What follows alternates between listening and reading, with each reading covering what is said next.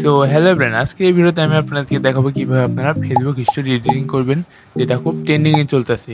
এই প্রসেসটা ফলো করলে আপনার আগের ভিউ হতো 500-600, এখন থেকে যদি আপনি এই স্টাইলটা ফলো করেন আপনার তুলনায় 1K ভিউ হতে পারে।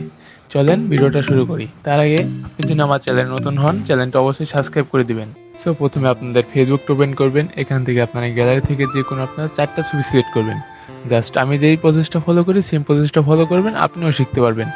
আমি আমার মতন কাস্টমাইজ করে নিয়েছি। দেখেন গ্যালারি থেকে 4টা ফটো জাস্ট সিলেক্ট করে এখানে বসিয়ে দিতেছি। সো আমার 3টা হয়েছে, আর একটা ফটো আমি গ্যালারিতে ঢুকে সিলেক্ট করে বসিয়ে দিতেছি। এখন আপনারা যাবেন টেক্সে যে আমি যেই পিকটা বসিয়ে দিচ্ছি এই টেক্সটটা আপনারা জাস্ট বসিয়ে দিবেন। সো বসানোর পর আপনাদের প্লেস মতন আপনারা কাস্টমাইজ করে নেবেন। সো আমি আমার মতন করে নিতেছি। সো এখন আমার কমপ্লিট হয়ে গেছে। এখন আমার পিকচার অ্যাপে যাবো।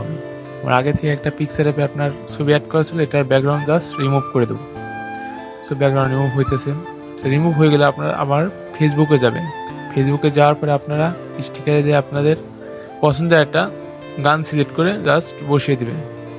সো বসানো হয়ে গেলে আপনারা আবার গ্যালারি থেকে আপনারা যেই ফটোটা ব্যাকগ্রাউন্ড রিমুভ করছেন ওই ফটোটা এখানে অ্যাড করে নেবেন।